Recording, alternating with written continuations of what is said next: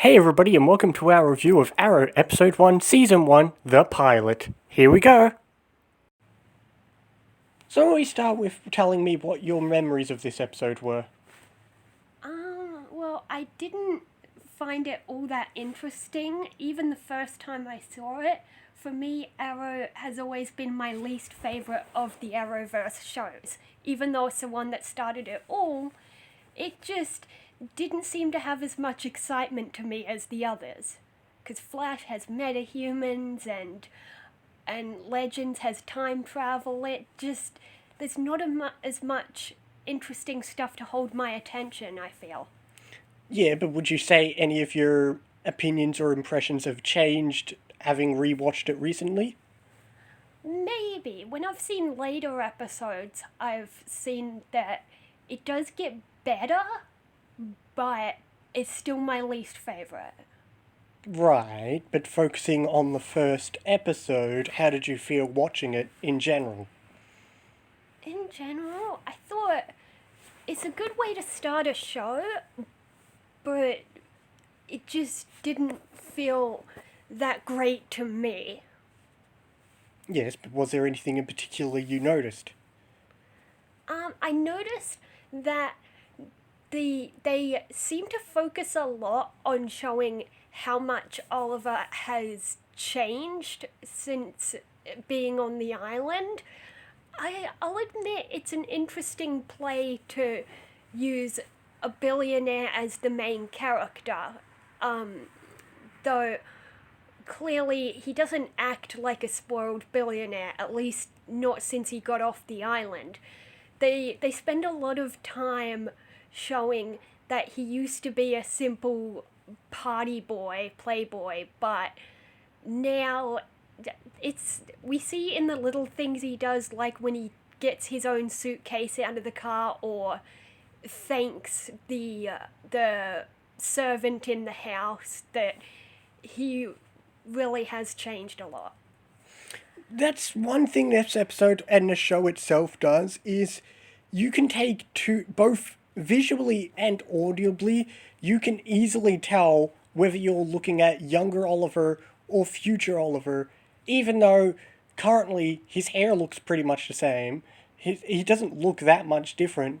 It's only 5 years, and you can always tell what Oliver you're looking at, whether it's the young Oliver or the Oliver we're following now. All he has to do is say something because his attitude has changed a lot. Like, he's a very dark person, I guess, in his life, but when he was on the boat with Sarah, he was the one saying, "It's all gonna be fine." He was an optimist. But now, he's clearly not. He told Laurel to just stay away from me because I'm just gonna hurt you. So clearly he's done a full 180 to pessimist. Well, I mean, that also goes into the point of, well, now that we've got Oliver back from the island, he tries to. Essentially, Oliver, when he's not on his own, he's always. The irony is, he's always wearing a mask when he's not in disguise. If every time he presents himself to his family or his previous friends, he's always trying to. It's like sometimes he tries to make it look like he's still his old self. Like at the party when he just fooled around in the party and joked around with the guests and still acted like a party boy. Especially when you think about how he'll behave later on, it's clear that Oliver, he's not really sure what he wants to be seen as yet. Yeah, he doesn't want. He tries to keep people away from him so they barely see him, but they have to see something. And on the inside, he might be worried about what they see. Well, that's the thing, though, is the only way we know the true Oliver is through narration, which drops soon, because if you think about it, he has no one to talk to. Until he starts building a team, we have this narration, because that way Oliver can talk to somebody so he can explain his plan or what's going on. Yeah, once he gets a team, they're the people that see the real Oliver, I guess. He's the most honest with them. although he's still not completely honest with them. Well, that's the thing. Oliver is never honest. Yeah. But I think what he said about stay away from me because I'll hurt you, I think that's more to the point of now that he's been on the island, it's like he has seen how dangerous the real world really is, as opposed to when he was just a simple billionaire and probably just in his little bubble, not really seeing the world for what it is. Well, the irony is he plans to create his own bubble. His warning is kind of true because he always says in later episodes, "I never wanted to get this many people involved." Yeah, I guess. Which I suppose that scene brings us to the next character we can talk about, which is Laurel. Oh, yeah.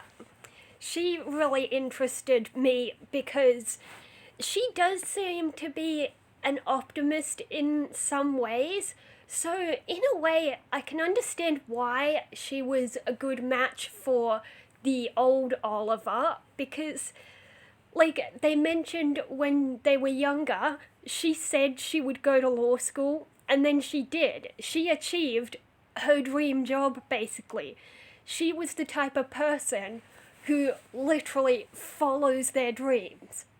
Yeah, but I think my opinion is different to both you and the majority of fans when I say I've never been a Laurel fan. She's, especially even in this first episode, she's two personalities. One is boring, just talking to her friend. The other is creating drama with Oliver, which is all she does for however long time she's on screen. Every time she's on screen, it's almost always causing drama, needless drama, which makes Arrow feel like an early soap opera, or just having no personality and being, oh, I'm the lawyer, that's about it. Well, it didn't seem boring to me because the way that her friend said we're lawyers, not miracle workers, showed me that even in her job, she likes to take on the tough cases that other people call impossible because she believes that one person can change the world, almost like a superhero, like she really belongs in Central City in Team Flash. Yeah, that's the irony is I think Laurel's the only character where there's that one line at the end that really feels like it's trying to set up she'll be a hero, even though the rest of this episode, or even the entire first season, it very much doesn't feel like a superhero show. It's more like a gritty crime drama mixed with soap opera drama. Yeah, but I think she feels like she really can change the world, and she feels like it's her responsibility because no one else is clearly going to. Although, again, Oliver similarly feels like no one else is going to save the city, it's his responsibility. But he's also taking on a responsibility that's not really his because he's trying to atone for his father's mistakes, which he didn't do any of that, yet he's fixing his father's problems. Sure, his father's not around to fix them himself, but it's still Oliver taking on responsibility that's not his. Well, that is one good thing about this episode is it sets up a lot of mystery because clearly, as you said, we can see the big difference of the old Oliver versus the new Oliver, and you really can just start asking, well, what led to have Oliver want to take on this journey? Sure, his father said right my wrongs, but clearly it's a lot deeper than that, which we find out. But in the first episode, you don't know that. All you've got to do is follow along, and it leaves a lot of they mystery. sort of trick us into thinking he just spent 5 years on an island. In fact, he said it was... When Thea asked what it was like, he just said it was cold or something like that. He made it... And he said his only goal was to survive. He made it seem like he was just living alone, foraging for food, just trying to survive. And he made it seem like his life there was just boring. Every day was just find food and survive. Well, the interesting bit is, even though the show itself hasn't shown us anything of what happens on the island, you can already put two and two together and realize he clearly wasn't there alone. Where'd he get a hood? Why does he have a trunk? Why is he suddenly into archery? All those things. There's no way he could have done that on a completely deserted island, but Yeah. at the same time, the show hasn't shown us anything on the island yet. Yeah, the one thing about Oliver that I dislike is that, and a lot of shows make this mistake with the main character, he seems to have, like, too many talents that almost makes him unrealistic. Like, I get that he learned a lot on the island. Like, he can shoot an arrow aimed perfectly. He can kill someone with his bare hands. Like, I think he snapped a guy's neck when they kidnapped him. People shot at him and he dodged bullets. Also, he somehow managed to renovate that building by himself, lower all the stuff down, program all the computers and stuff, and he was even shown, like, building his own arrows, or at least sharpening them, things like that. So many skills. It just seems a bit too much for one person to me. Well, that's the ultimate irony, is all those questions get answered, and when you first watch it, you can just assume, okay, somehow he's learnt all these things. And at first it just leaves it as a blank hole where you can say, well, there must be an answer somewhere. We don't know those 5 years. And yet, eventually we'll find out, and then we can come back and assess, does it make sense for him to learn all those things in 5 years? True, I know he does actually have reasons for learning all that stuff, but if someone had just seen that one episode, it might leave them with a sour taste of, this is an unrealistic main character with too many talents. Well, true, but then we just get into the comparison of him being a lot like Batman. I mean, he's already a vigilante who's a billionaire.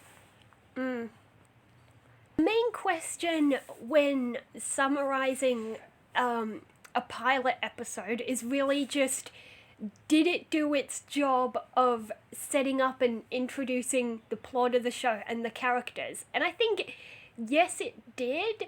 It didn't, I wouldn't say it did a great job of it, but at least it found ways to show us who the main characters are and what their main traits are. And it found us a good way to tell us what the goal of the show, or at least the goal of the season, is, which is crossing off the names on his father's list. Well, to me, the first episode of a pilot should always have one thing. It's meant to just leave you wanting to watch the next episode, which I feel it would. The two biggest things, in my view, it's not the present day plot that intrigued me. When I first watched Arrow, it was always, I want to see more of Oliver's 5 years in the past. That's the biggest mystery, and what I assume most people would be more curious about. From what I understand, a lot of people are really curious about his 5 years on the island, want to see more of it, and they keep asking, I hope they show more, I hope they show more. And as we find out, they like to take it one bit at a time, sparingly. It's ironic that first we'll start off with me wanting to see more of the island, but later on, the flashbacks will start to get in the way. Yeah, like the only disappointment about the flashbacks is that there might be some dangerous moments where it looks like people might die, but you know Oliver can't. So that sort of grants him this invincibility during the flashbacks. But anyone else that we only see in the flashbacks is fair game, because we don't see them in the present. They could be dead, or they could just be not with us. We don't know. Yeah, although, while I suppose that's a case, but then the problem is there's often times where the present tense decides to spoil what hasn't been shown in the flashback yet. But I suppose we're getting ahead of ourselves in that regard. True.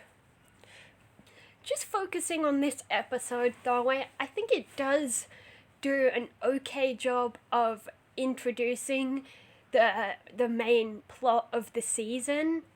So I guess I would give it a 6 out of 10, because it's okay. It's not that great, but it does its job. Yeah, I was probably tossing between a 7 or 8. It is a good episode. It sets up a lot. There's a lot of intrigue. But there are annoying characters like Laurel and Thea who do get better over time. But for now, this episode it's alright and it does get better. But I suppose that's what Yeah, the thing is, it doesn't always hold my interest, though. But I suppose that's what a pilot often is. A lot of pilots for me are relatively weak, but they're a lot of setup and want me wanting more. And that's all a pilot needs to do. It needs to keep you going long enough to show you how good the show can really be. True. I didn't like it that much, but I knew I had to give it more than 5 because I liked it enough that I would consider watching more of the show. Oh, definitely. It's never below average. Yeah. And with that, I think we've pretty much summed up the episode. Yeah. At least our feelings of it. Yeah. I suppose that means next time we'll be watching episode 2. Yep. Alright. Bye.